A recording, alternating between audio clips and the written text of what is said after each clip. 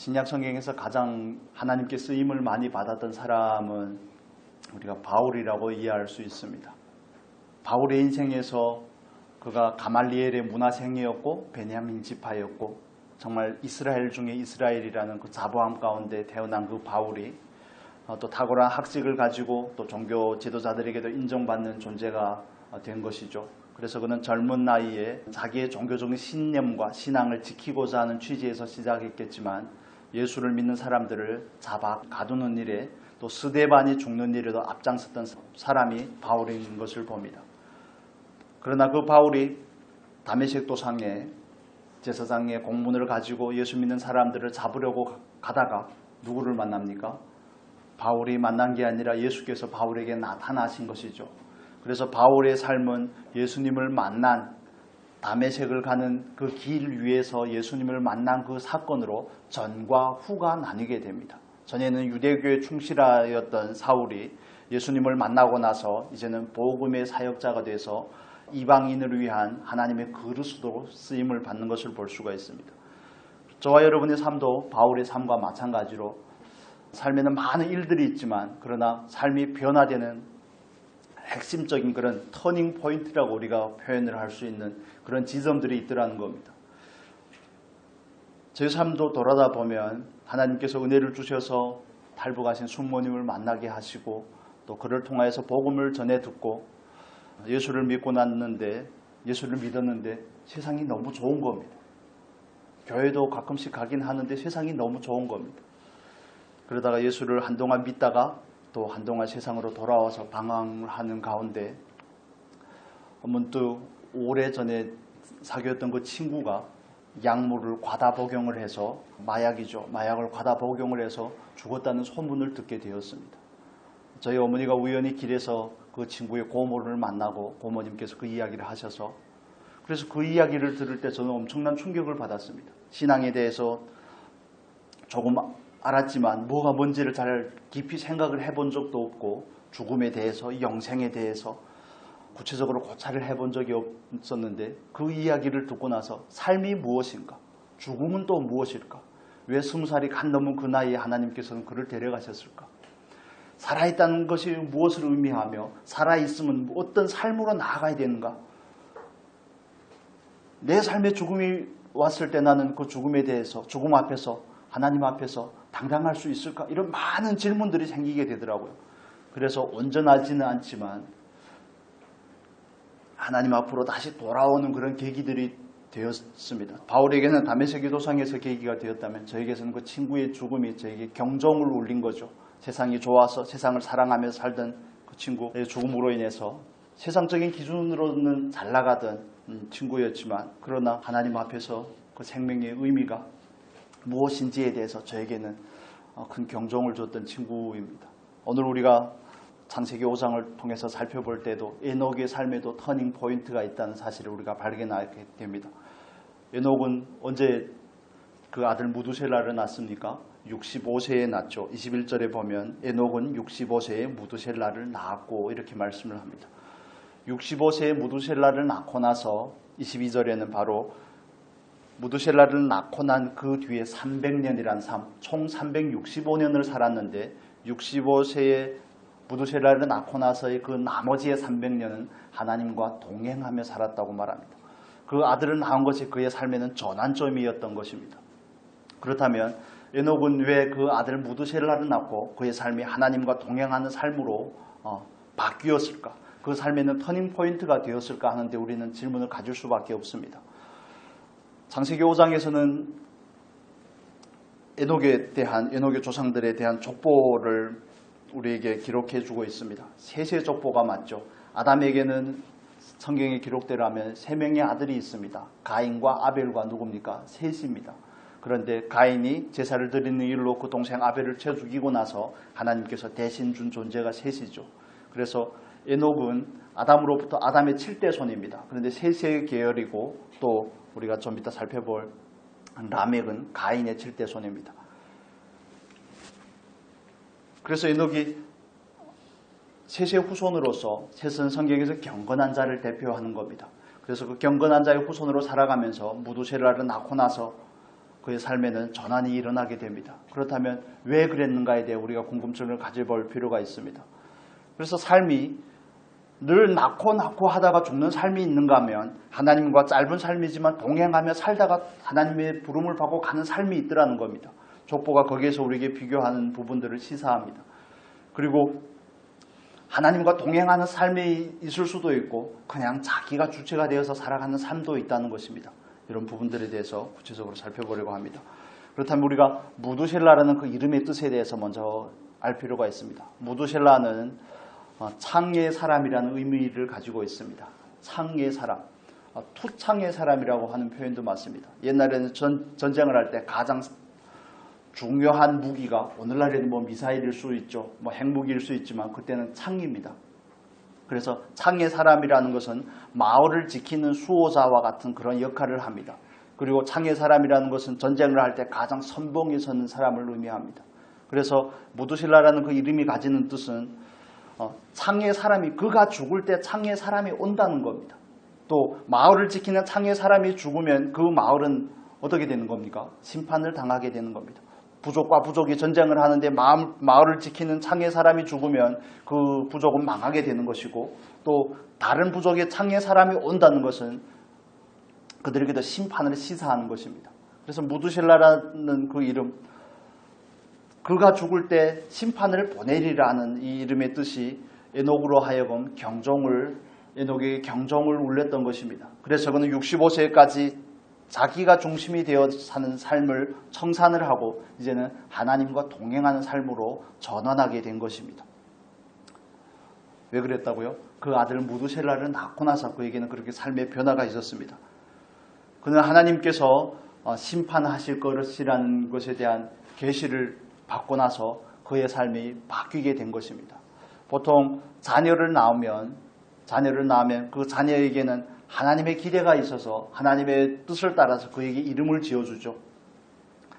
그래서 하나님께서 에녹에게 무두셀라를 주고 나서 그 자녀에게 무두셀라라는 이름을 줄 때 그 이름 안에는 많은 내용을 포함하고 있습니다.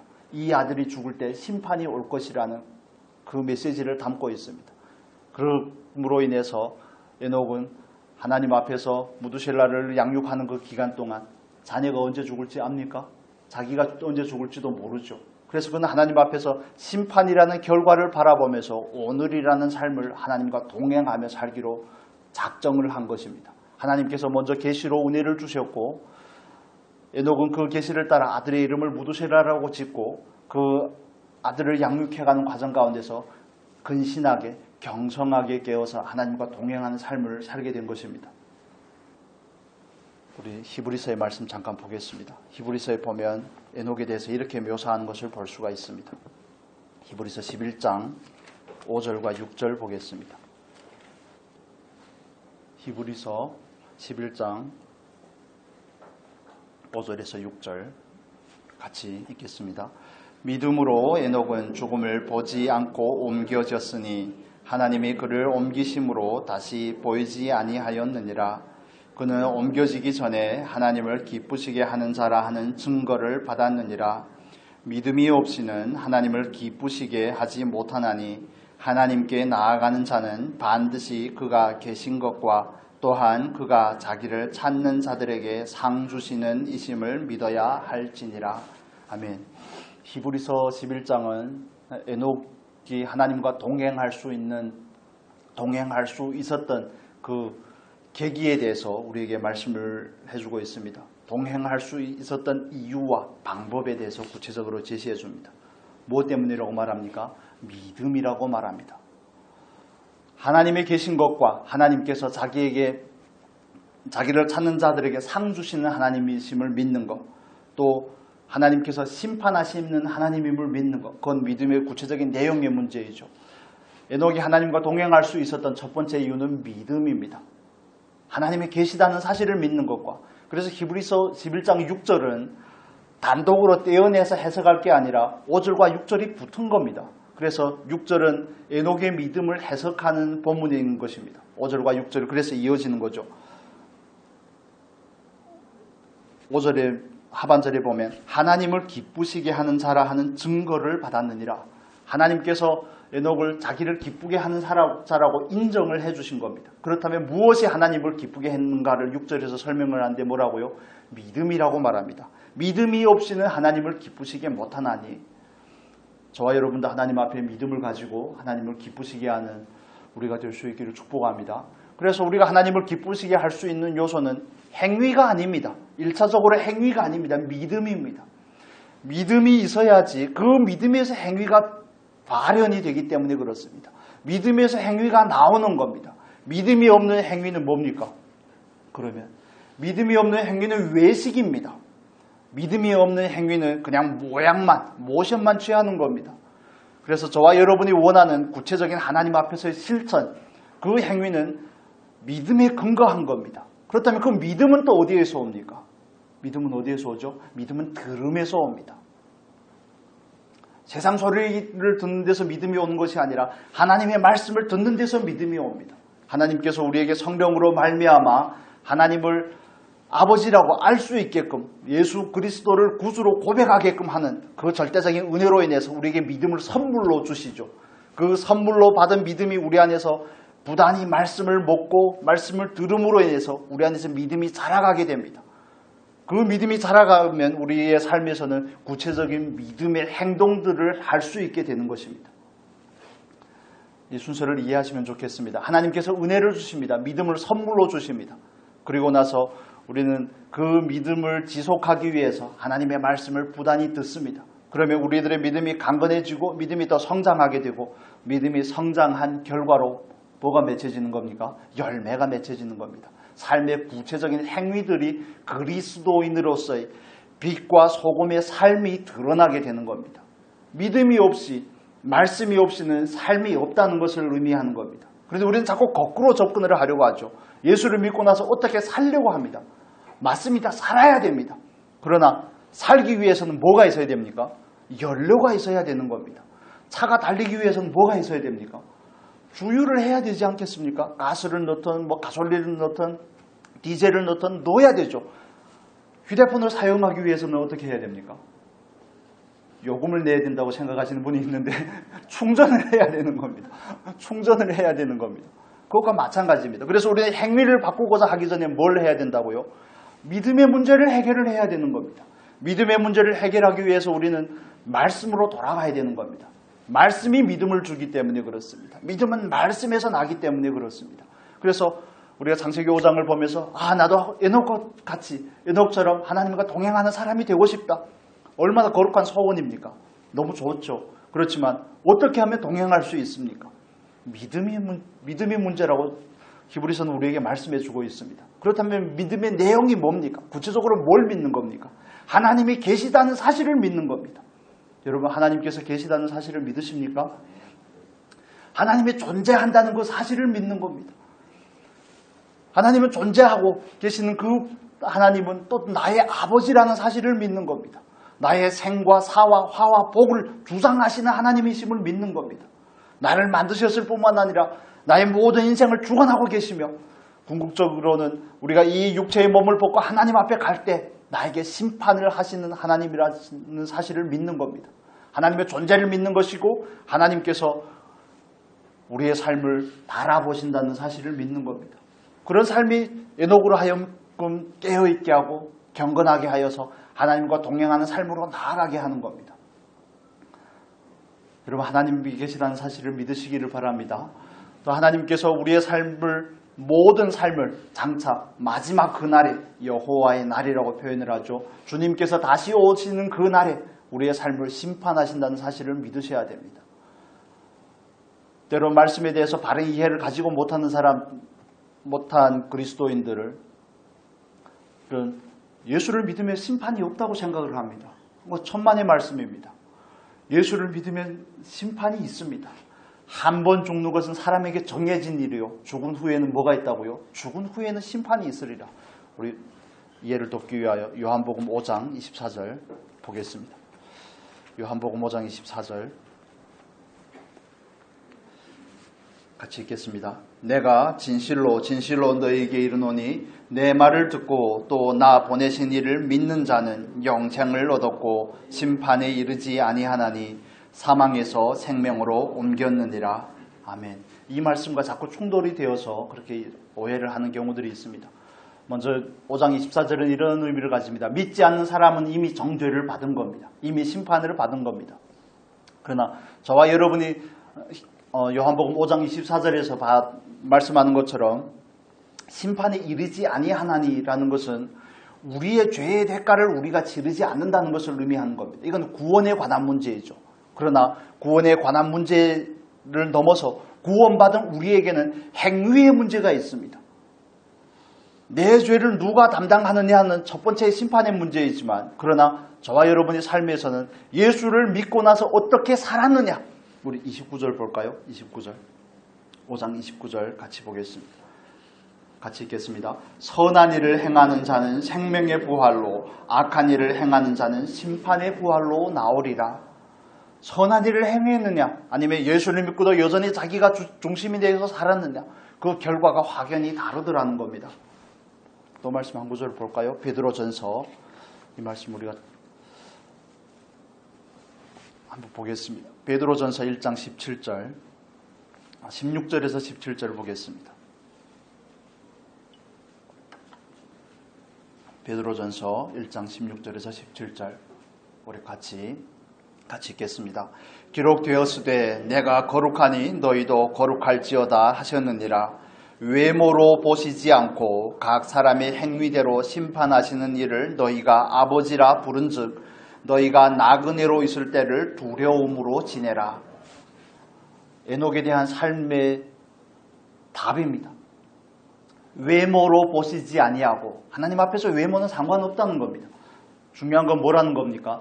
행위대로 심판하시는 하나님을 우리가 아버지라고 부른다면 우리에게 주어진 이 삶을 나그네로서의 기간이라고 표현을 하죠. 우리에게 주어진 나그네로서의 삶을 뭘로 지내라고요? 두려움으로 지내라고 말합니다. 하나님을 경외하면서 살라는 겁니다. 에녹식으로 표현하면 하나님과 동행하는 삶을 살라는 겁니다. 하나님께서 원하는 삶의 형태를 위하여 하나님과 동행하는 문제를 해결을 하라는 겁니다. 동행하기 위해서는 뭘 믿어야 된다고요? 하나님이 계신 것과 하나님을 찾는 자들에게 상 주시는 하나님, 상 주신다는 것은 상을 주지 않는 하나님이라는 의미도 포함이 되어 있습니다. 심판하시는 그 하나님이라는 사실을 우리는 믿는 겁니다. 저와 여러분이 예수를 믿고 나서 왜 하나님 앞에서 정말 살얼음을 걷듯이 근신하게 깨어있고자 합니까? 왜 깨어있고자 합니까? 왜 말씀을 묵상하고 말씀을 지키고 말씀대로 살고자 합니까? 왜 말씀을 암송합니까? 말씀을 왜 읽습니까? 그냥 우리는 종교적인 행위를 하고 내 안에 정해놓은 그 목표를 만족시키려는 것이 아닙니다. 자기 만족이 아닙니다. 말씀의 구체적인 삶을 위해서 그렇습니다. 말씀의 자기 화를 위해서 그렇습니다. 나를 통해서 말씀이 표현되는 그 삶을 위해서 우리는 그 과정을 거치고 있는 것입니다.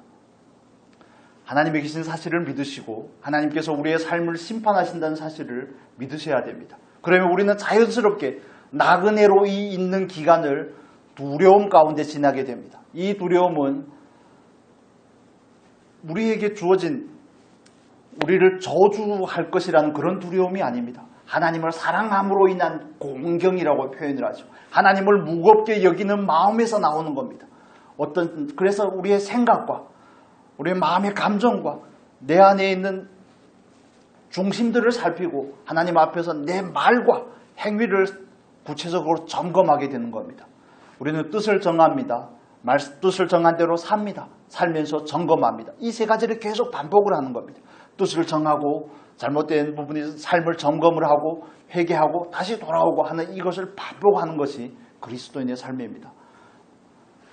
나그네로 있는 때를 정말 두려움으로 경건한 마음을 가지고 하나님을 경외하는 마음으로 살 수 있기를 축복합니다.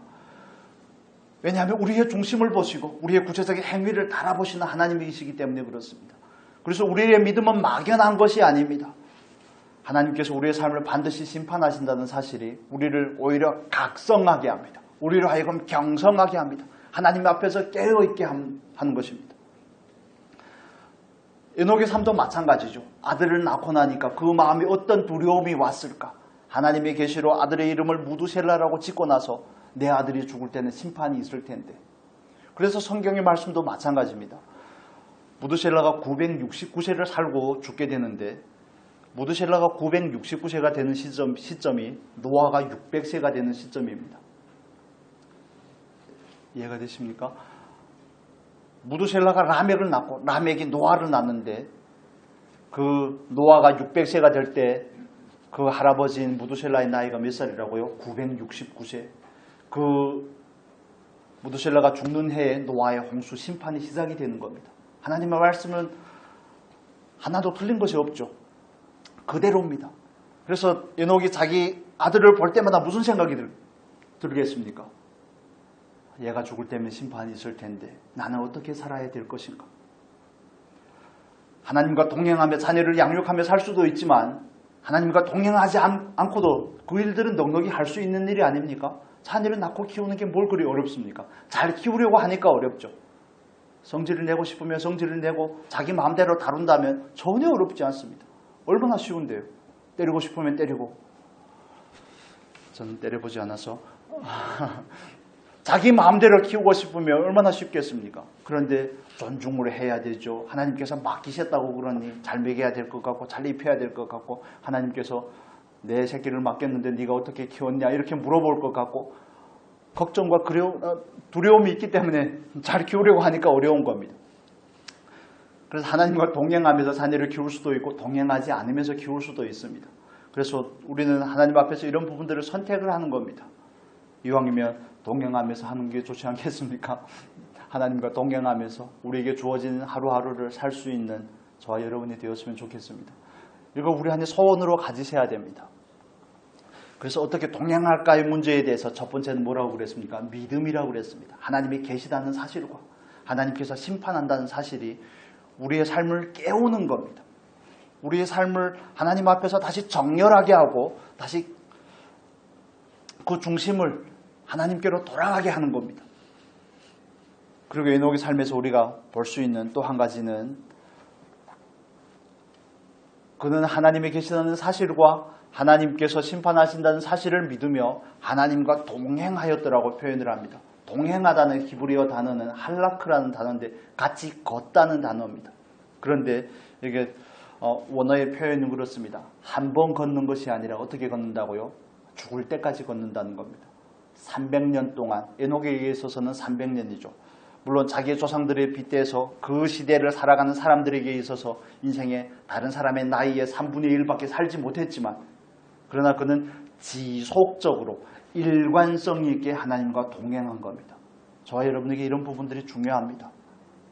한 번 동행하고 한 번 의지하고 한 번 가까이 하고 그러고 마는 것이 아니라 지속적인 동행을 하나님은 우리에게 요구하시는 겁니다. 이스라엘 백성들의 예를 들어볼까요? 하나님께서는 이스라엘 백성들에게 놀라운 은총을 베푸십니다. 그 조상 아브라함에게 하셨던 약속을 따라서 약속을 성취하는데 그들을 애굽에서 구원해 내시는 겁니다. 구원해 내신 하나님께서는 이스라엘 백성과 함께 하시죠. 홍해를 건널 때는 물론이거니와 광야의 모든 그 과정 가운데서 하나님은 이스라엘 백성과 함께 하는 겁니다. 구름 기둥으로 저녁에는 뭘로요? 불 기둥으로. 그 하나님의 임재는 이스라엘 백성들이 그 성전에 늘 임재해 있습니다. 그 성전을 중심으로 이스라엘 백성들이 동서남북의 세 지파시 진을 치고 있을 때에도 그들의 문을 열면 늘 하나님의 임재인 상징인 구름이 보이는 겁니다. 불기둥이 보이는 겁니다. 그래서 자기의 백성들을 죄 가운데서 애굽에서 구원해 내신 하나님은 소원이 뭘까요? 자기 백성과 함께 하는 겁니다. 왜 그들을 가나안 땅에 들여보내고 싶어 합니까? 함께 하려고. 구원의 그 모든 과정은 구원의 목적도 함께 하는 것이지만 구원하고 나서의 모든 과정도 함께 하는 것을 연습하는 겁니다. 애굽에서 내 마음대로 내가 주체가 된 삶을 버리고 이제는 하나님 중심적인 삶으로 돌아가는 것입니다. 내 중심적인 삶에서 하나님 중심적인 삶으로 계속 자기가 독자적으로 경영하던 삶이 이제는 하나님과 함께하는 삶으로 돌아가는 것이 구원입니다. 구원의 과정에서 우리는 그것을 연습을 하는 겁니다. 하나님과 동행하는 삶. 그 동행은 한 번의 동행이 아니라 끝까지 가나안 땅에 들어가기까지 하나님의 나라에 가기까지 일관적인 동행이 필요한 겁니다. 그러나 여기에서 그 주도권은 저와 여러분에게 있다는 사실을 이해하셔야 됩니다. 하나님은 우리와 동행하시기를 그토록 원하시지만, 그래서 독생자 예수 그리스도를 우리에게 임마누엘로 보내주셨지만, 우리가 원하지 않으면 그 동행함의 결과나 효과를 우리가 누릴 수가 없다는 사실에 우리는 주목을 해야 되는 겁니다. 성령님은 보혜사로서 우리 안에와 거하십니다. 그렇지만 우리가 그분에게 말을 걸고 그분과 교제하고 그분과 사귀기 전에는 동행이라는 놀라운 축복의 은혜를 우리가 경험할 수 없습니다. 주머니에 돈이 아무리 많으면 뭐합니까? 나에게 있는 배고픔조차 해결하지 못한다면 주머니에 돈을 써야지 그 돈이 가져다 주는 효과를 따라서 무엇을 사 먹음으로 인해서 만족을 얻을 것이 아닙니까? 하나님과 동행하는 삶도 마찬가지입니다. 하나님은 이스라엘 백성들을 진 가운데 거하면서 그들과 광야에서 동행하시는 하나님이셨습니다. 그런데 이스라엘 백성들의 삶은 어떻습니까? 그들의 삶의 꼬라지를 보면 바로 답이 나오죠. 하나님은 그들과 동행하는데 그들은 하나님과 동행하지 않습니다. 그들의 삶에는 하나님이 없습니다. 하나님의 은혜를 망각합니다. 불기둥을 바라보고 구름기둥을 바라보면서 그들의 삶에는 하나님이 없습니다. 그들의 선택과 그들의 말과 그들의 모든 행위에는 하나님이 없습니다. 오만 방자하는 것이죠. 심히 교만한 것입니다. 지존자이신 그 하나님을 무시하는 행위들인 겁니다. 그렇다면 저와 여러분의 삶에서는 어떻습니까? 하나님이 내 안에 계시지만 우리는 하나님을 얼마나 의지합니까? 하나님을 얼마나 인식하고 살아갑니까? 얼마나 하나님 앞에 맡깁니까? 얼마나 하나님 앞에 나의 모든 삶을 의지하고 하나님께 구체적으로 물으십니까? 이런 구체적인 과정들이 우리로 하여금 하나님과 동행하는 삶으로 나아가게 하고 하나님과 동행하는 삶이 저와 여러분에게 놀라운 축복으로 다가온다는 겁니다. 물론 광야니까 모든 게 그렇게 넉넉하지는 않습니다. 그러나 살 수 있는 힘을 주신다니까요. 저는 구약성경을 쭉 읽으면서 이스라엘 백성들에 대한 그 내용을 읽을 때마다 하나님은 왜 이 패역한 목이 곧은 이 백성들을 향하여서 그렇게 함께 하심에 대해서 그들의 길을 여실 것에 대해서 가나안 땅에 들어가서 내 사자를 보내서 불을 보내서 그 땅을 다 정복하고 너희들을 들여보내겠다고 왜 그들을 향해서 끊임없는 애정을 베푸실까? 하나님은 왜 그 백성과 그렇게 함께 하기를 원하실까? 그게 하나님께서 에덴을 만드시고 아담과 하와를 에덴에 두셨던 하나님의 목적입니다. 하나님의 마음입니다. 자기 형상을 한 사람과 뭐 하는 거요? 함께 하는 것. 함께 하는 것을 원하시는 그 하나님. 그래서 우리와 함께 하기 위하여 우리에게 누구를 보내셨습니까? 독생자가 되신 예수 그리스도를 보내셨습니다. 또 예수님께서 부활하고 승천하시면서 또 우리에게 누구를 보내셨습니까? 함께 하기 위하여 보혜사 성령을 우리에게 보내셨습니다. 왜 그렇다고요? 함께 하기 위하여.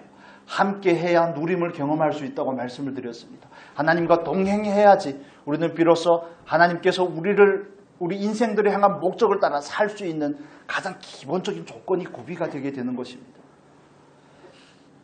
물론 우리에게는 함께 할 수 있는 능력도 없고 자격도 없지만 그러나 우리와 함께 하기를 원하시는 그 하나님의 마음을 좀 헤아려 보시면 좋겠습니다.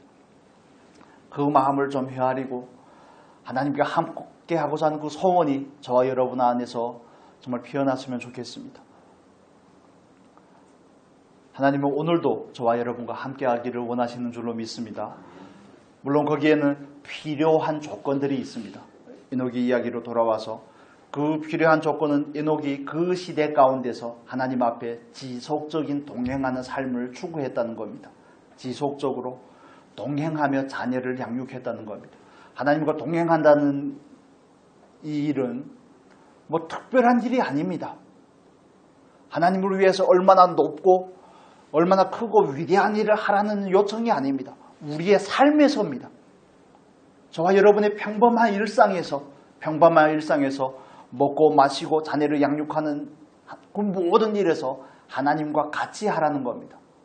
나 혼자 선택하지 말고 나 혼자 결정하지 말고 자기 힘을 믿지 말고 내 지혜를 따라 판단하고 결정하지 말고 하나님과 함께 의논하고 맡기고 뜻을 묻고 여러분 하나님 앞에 묻는 이유에 대해서 여러분 잘 아시겠지만 왜 물어야 됩니까? 다른 이유가 없습니다. 좋은 결과를 위해서가 아닙니다. 그분이 하나님이기 때문에 묻는 겁니다. 그분이 나의 주인이고 내 삶의 주도권이 그분에게 있기 때문에 묻는 겁니다.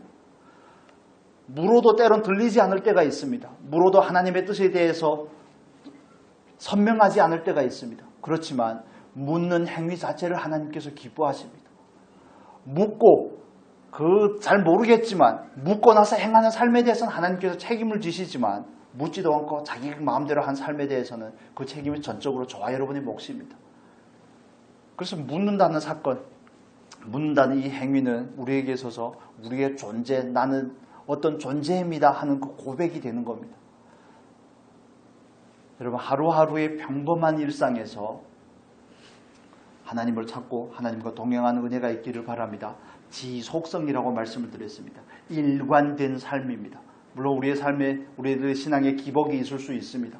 그렇지만 늘 동행한 자리로 돌아가고자 하는 저와 여러분의 힘씀이 있어야 될 줄로 믿습니다. 그래서 힘쓰는 겁니다. 하나님의 나라는 침노하는 자의 것입니다.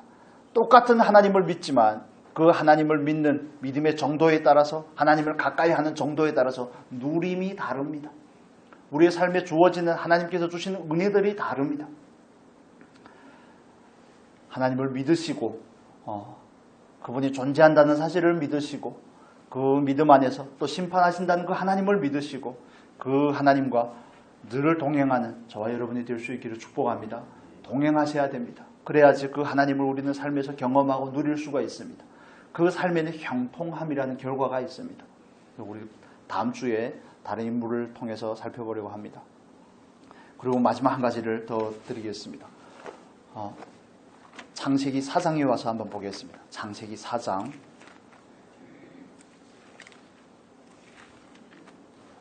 창세기 4장.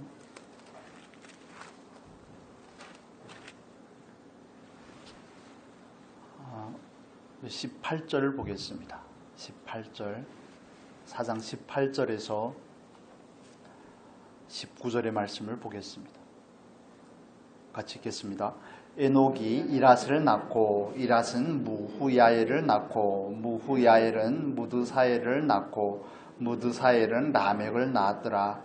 라멕이 두 아내를 맞이하였으니 하나의 이름은 아다요 하나의 이름은 실라였더라. 20절부터 제가 읽어드릴게요. 아다는 야발을 낳았으니 그는 장막에 거주하며 가축을 치는 자의 조상이 되었고 그의 아우의 이름은 유발이니 그는 수금과 통소를 잡는 모든 자의 조상이 되었으며 실라는 두발가인을 낳았으니 그는 구리와 쇠로 여러 가지 기구를 만드는 자요 두발가인의 누이는 나아마였더라. 라멕의 아내들에게 이르되 아다와 실라여 내 목소리를 들으라. 라멕의 아내들이여 내 말을 들으라. 나의 상처로 말미암아 내가 사람을 죽였고 나의 상함으로 말미암아 소년을 죽였도다. 가인을 위하여는 벌이 7배일진데 라멕을 위하여는 벌이 77배이로다 하였더라.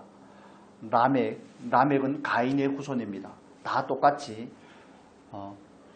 아담의 후손은 두 계열로 나뉜다고 말씀을 드렸습니다. 하나는 가인의 계열이고 하나는 셋의 계열입니다. 가인의 계열에서 이 라멕도 아담의 7대 손입니다. 우리가 오늘 본문에서 살펴보고자 하는 에녹도 아담의 7대 손입니다. 같은 시대를 살아갔다는 것을 의미하는 겁니다. 그러나 가인의 후손들은 이 세상의 모든 문명의 시조가 됩니다. 악기라든지 아니면 건축이라든지 양을 친다든지 그런 조상들이 다 됩니다. 그리고 그 7대 손인 라멕 때에 와서는 그 강포함이 그 흉악함이 도에 지나치는 모습을 볼 수가 있습니다.